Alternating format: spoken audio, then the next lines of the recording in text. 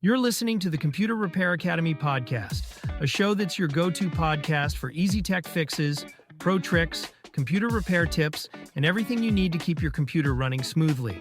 So if you're ready to upgrade your tech game, then let's dive in.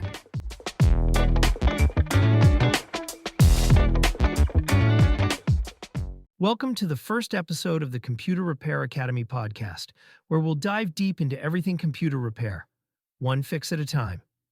I'm your host, Jay, and whether you're a seasoned computer repair pro or just someone trying to troubleshoot their personal PC, you're in the right place.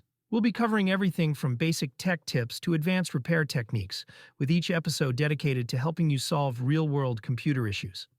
For today's topic, we're kicking things off with some of the most searched for, asked for, and talked about questions in the tech world, the most common PC problems, and how to fix them.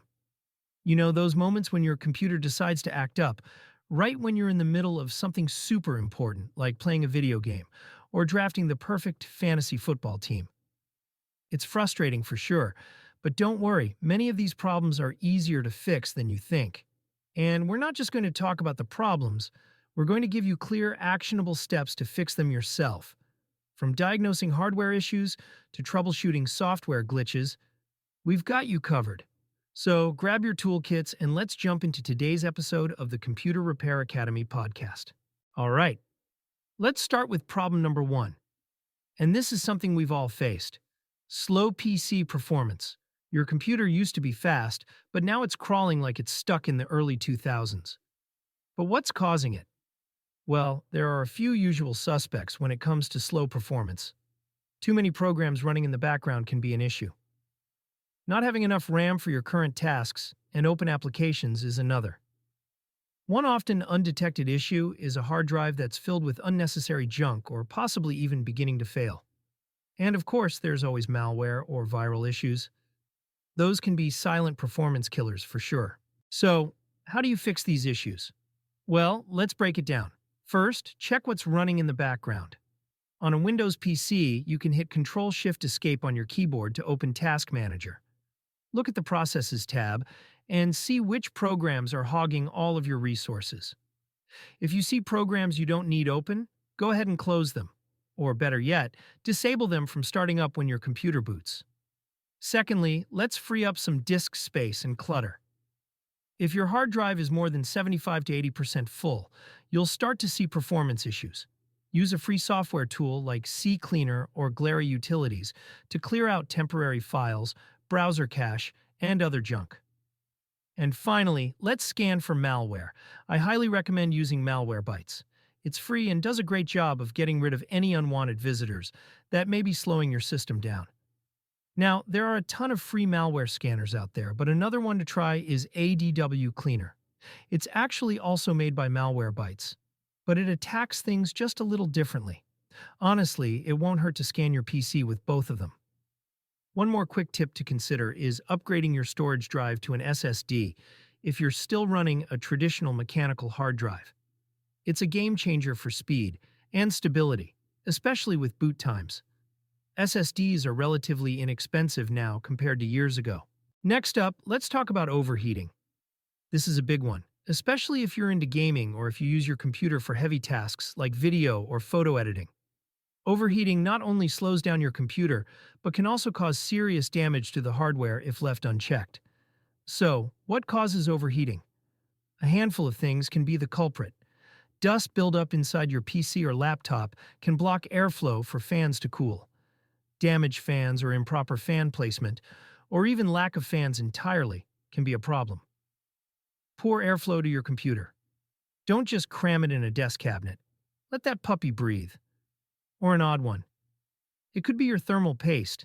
The sticky stuff between your CPU and the heatsink has dried out and isn't doing its job anymore. Now, to fix some of these items, the easiest thing you can do is clean out the dust. If you haven't done this in a while, grab some canned air and gently blow out the dust from your fans, vents, and other components. Please make sure your PC is powered off before you start. You can also wipe down any excessively dirty case components with 75% alcohol wipes. Next, check the position of your fans. If your case allows it, add a couple of extra fans to improve airflow. Most cases support at least one or two extra intake and a few extra exhaust fans, which can do wonders for keeping things cool and the air flowing. And if you're comfortable with it, consider cleaning the heatsink and reapplying thermal paste on your CPU. Over time, that thermal paste can dry out, which reduces its effectiveness. Reapplying a fresh layer can lower temperatures significantly. If you consider yourself a tech rookie, you may not want to attempt this one yourself. On a side note, if you want a quick way to monitor your system's temperature, download HW Monitor. It's a free software tool that lets you keep an eye on all your hardware temperatures, from your CPU to your GPU, so you can see if anything's running too hot. Next up, a scary one for sure.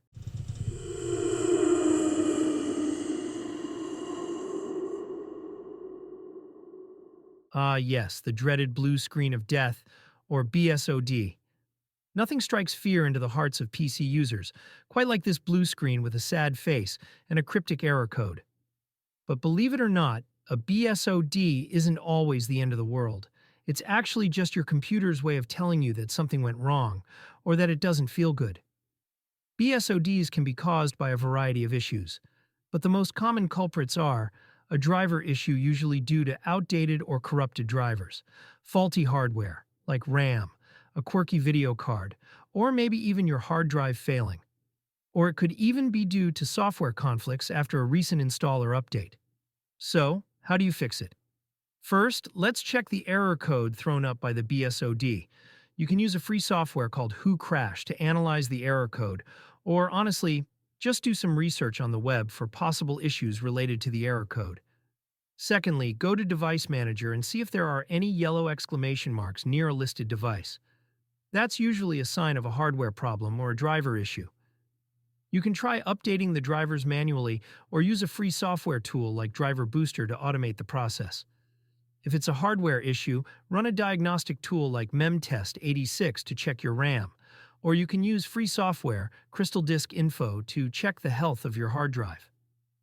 Finally, if you've recently installed any software or applied OS updates, try rolling back those changes to see if it resolves the issue.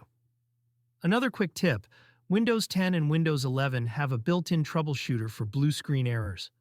On your PC, head on over to Settings, Update and Security, Troubleshoot, Additional Troubleshooters, and you can let Windows try to figure out what's wrong. Alright, so let's switch gears and talk about something that can really drive you crazy. You're all set to stream your favorite show on Netflix or hop on a Zoom call, but then bam, no internet connection, or worse, just a painfully slow one. So what are some of the common causes for poor internet? A weak or intermittent Wi-Fi signal is one cause. Outdated network drivers or incorrect network settings could be another. Quite frankly, having old network equipment or just plain cheap network hardware is a common culprit. Or maybe your modem or router just needs a good old-fashioned kick in the pants with a reboot. Well, here's how we can fix some of these issues. First, let's restart your router. This might sound basic, but it works more often than you'd think. So, unplug the power to it for about 30 seconds, plug it back in, and let it reboot fully. This may take 2 to 3 minutes. You may wish to do this for your modem as well. If that doesn't help, try updating your network drivers or resetting your network defaults.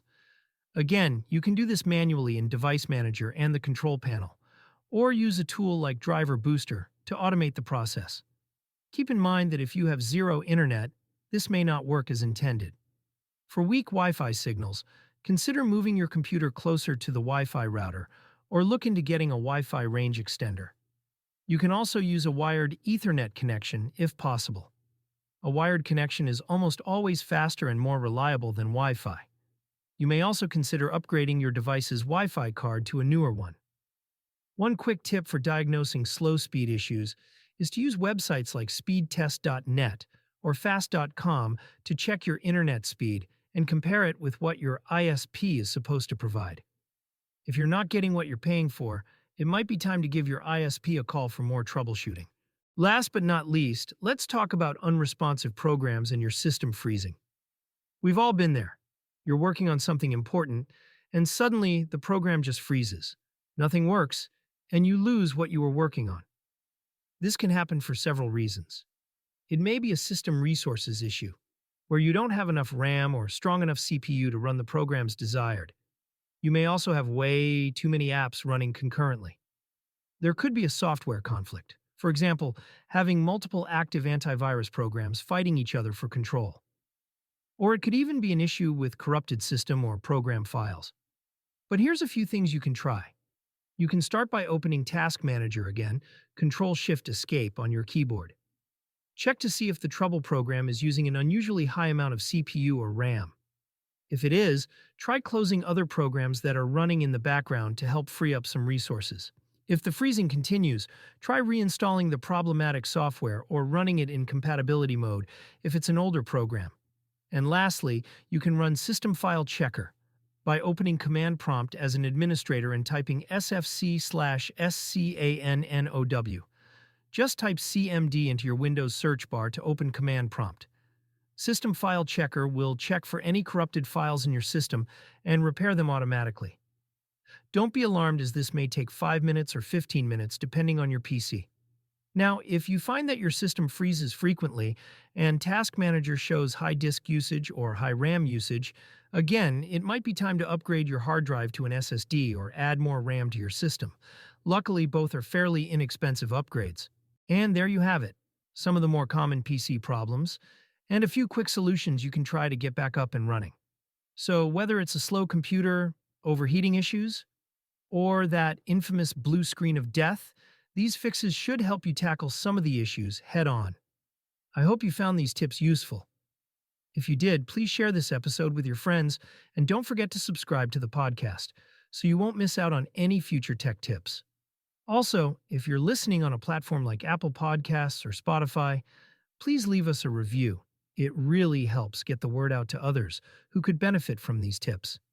And finally, if you have a specific computer problem you'd like for us to cover in an upcoming episode, drop us a message or connect with us on social media. We'd love to help out. Thanks again for tuning in to the Computer Repair Academy podcast. Until next time, keep those PCs running smoothly.